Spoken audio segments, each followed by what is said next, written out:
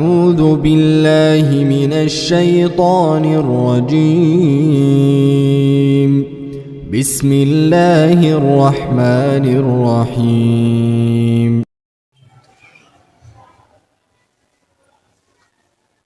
الحمد لله رب العالمين والصلاة والسلام على رسوله الأمين محمد وآله وأصحابه أجمعين أما بعد فأعوذ بالله من الشيطان الرجيم بسم الله الرحمن الرحيم. کوئی بھی مسلمان جب تلاوت شروع کرتا ہے تو شریعت کا حکم ہے کہ اس سے پہلے تعوذ اور تسمیہ پڑھے. تو آج ہم تعوذ کے بارے میں چند باتیں عرض کریں گے. پہلی بات یہ ہے کہ تعوذ کا معنی کیا ہے. تعوذ کا معنی ہے لغوی پناہ طلب کرنا، اور اصطلاح میں تعوذ کہتے ہیں اعوذ باللہ من الشیطان الرجیم پڑھنے کو. اعوذ باللہ کا ترجمہ ہے میں پناہ مانگتا ہوں یا پناہ حاصل کرتا ہوں باللہ اللہ کی ذات کے ساتھ یا اللہ کی ذات کی، من الشیطان الرجیم شیطان مردود سے. یہاں باللہ کا یہ معنی کرنا کہ اللہ سے، یہ غلط ہے.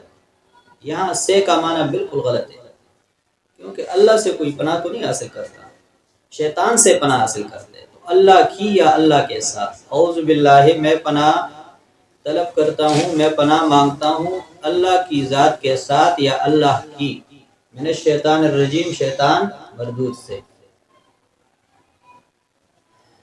انسان جب کوئی بھی نیک کام کرتا ہے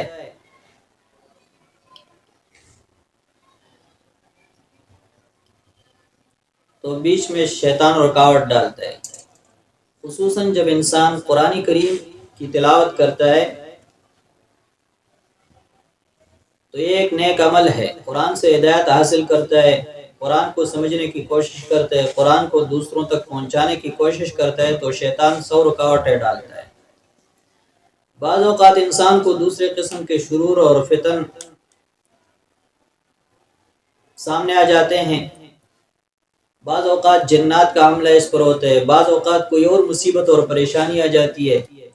ان تمام مصائب اور پریشانیوں کے وقت تعوذ کے مختلف کلمات کا حکم ہے شریعت کی طرف سے.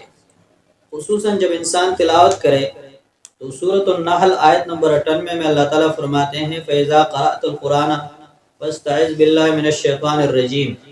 جب آپ قرآن کی تلاوت کریں تو اللہ کی پناہ مانگے شیطان مردود سے.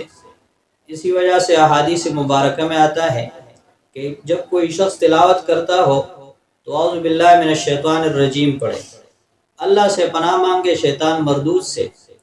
اور اس پناہ مانگنے کی 2 وجہ ہیں.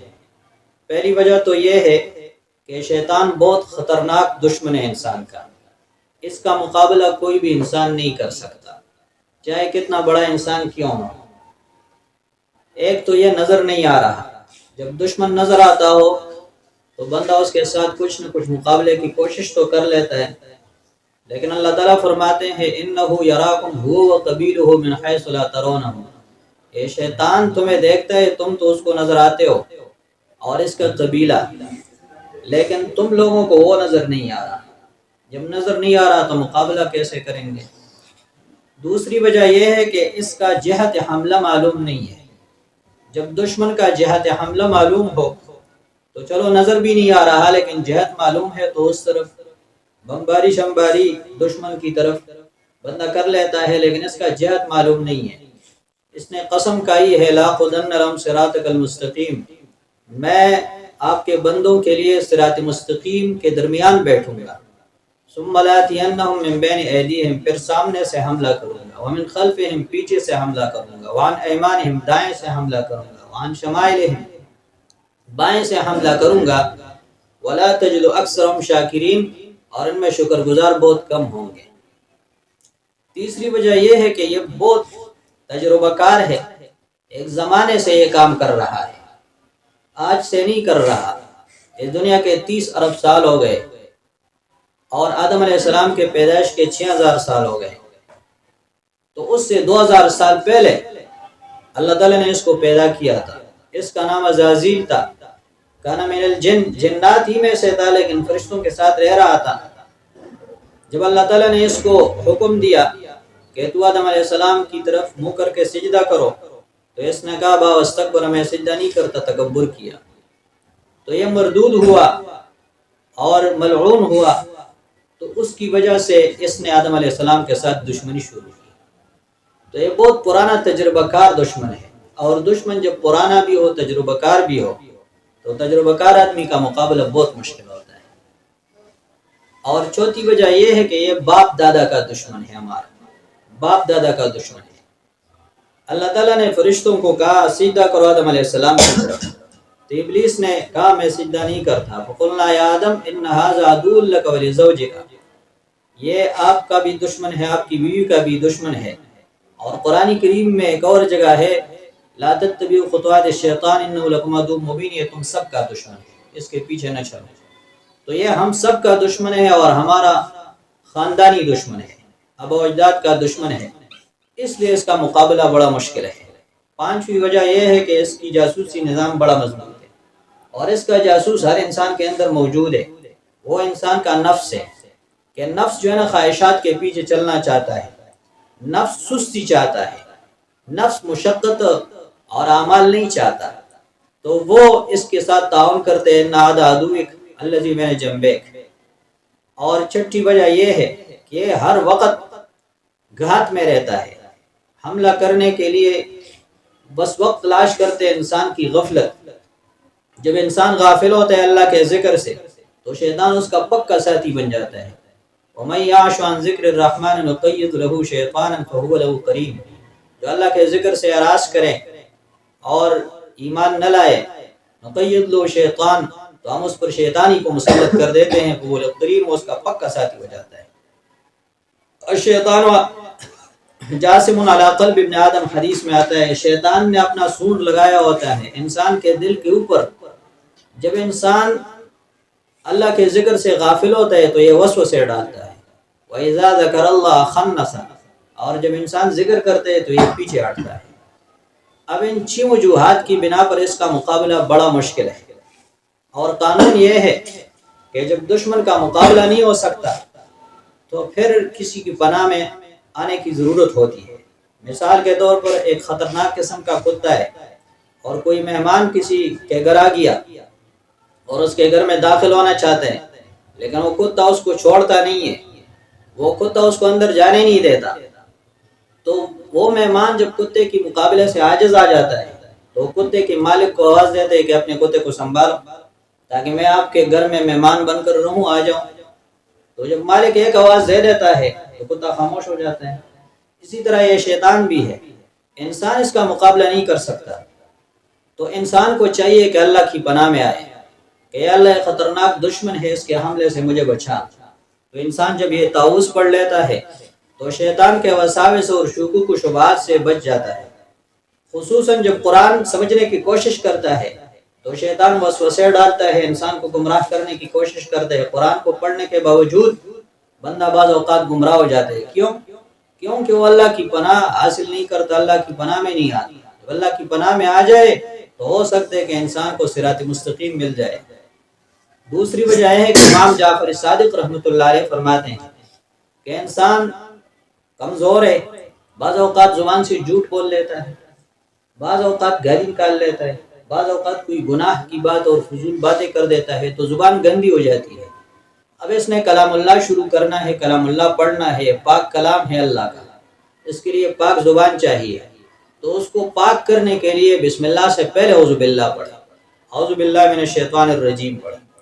یہ کیوں؟ یہ اس لیے کہ جبریل علیہ السلام جب پہلی بار آئے، عبداللہ ابن عباس رضی اللہ تعالیٰ عنہ کی روایت ہے، اول ما نزل جبریل علیہ السلام علی النبی صلی اللہ علیہ وسلم قال یا محمد استعذ ثم قال قل بسم اللہ الرحمن الرحیم، یعنی جیسے سورہ اقرا نازل ہوئی تو اس وقت جبریل علیہ السلام نے یہ تعلیم دی اللہ کے حکم سے کہ پہلے اعوذ باللہ پڑھو اور پھر بسم اللہ پڑھو اور پھر تلاوت شروع کرو۔ اس لیے علماء فرماتے ہیں کہ تلاوت سے پہلے اعوذ باللہ من الشیطان الرجیم پڑھنا سنت اور مستحب۔ سنت ہے اگر بیچ میں کوئی شخص بات چیت کرے اور پھر تلاوت شروع کرے پھر اعوذ باللہ پڑھے، پھر بات بیچ میں کوئی کام کر لیا یا کوئی مشغولیت ہوگی پھر اعوذ باللہ پڑھے تو تعوذ پڑھے۔ اور یہ صرف قرآن کے ساتھ خاص ہے کہ اس کی تلاوت اعوذ باللہ سے شروع کی جائے۔ باقی کتابیں اگر کوئی شروع کرتا ہے تو ٹھیک ہے، بسم اللہ سے شروع کرے، بسم اللہ کے احکام میں آ جائے گا، لیکن تعوذ قرآن کے ساتھ خاص ہے اور اس کے الفاظ مختلف ہیں۔ ایک تو مشہور تعوذ ہے اعوذ باللہ من الشیطان الرجیم، لیکن احادیث میں دوسرے الفاظ کے ساتھ بھی تعوذ کے الفاظ آئے ہیں، جیسے یہ الفاظ آئے ہیں اعوذ باللہ السمیع العلیم من الشیطان الرجیم۔ تیسری روایت میں ہے اعوذ باللہ السمیع العلیم من الشیطان اللعین الرجیم۔ چوتھی روایت میں ہے اعوذ باللہ القادر من الشیطان الغادر۔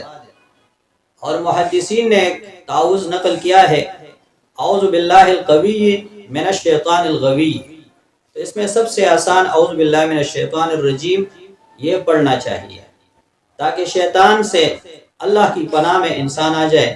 تمام انبیاء کرام علیہ السلام یہی کرتے تھے کہ جب کوئی مصیبت یا جب کوئی ناگوار بات یا جب شیطان کا خطرہ ہوتا تھا تو وہ تعوذ پڑھتے تھے۔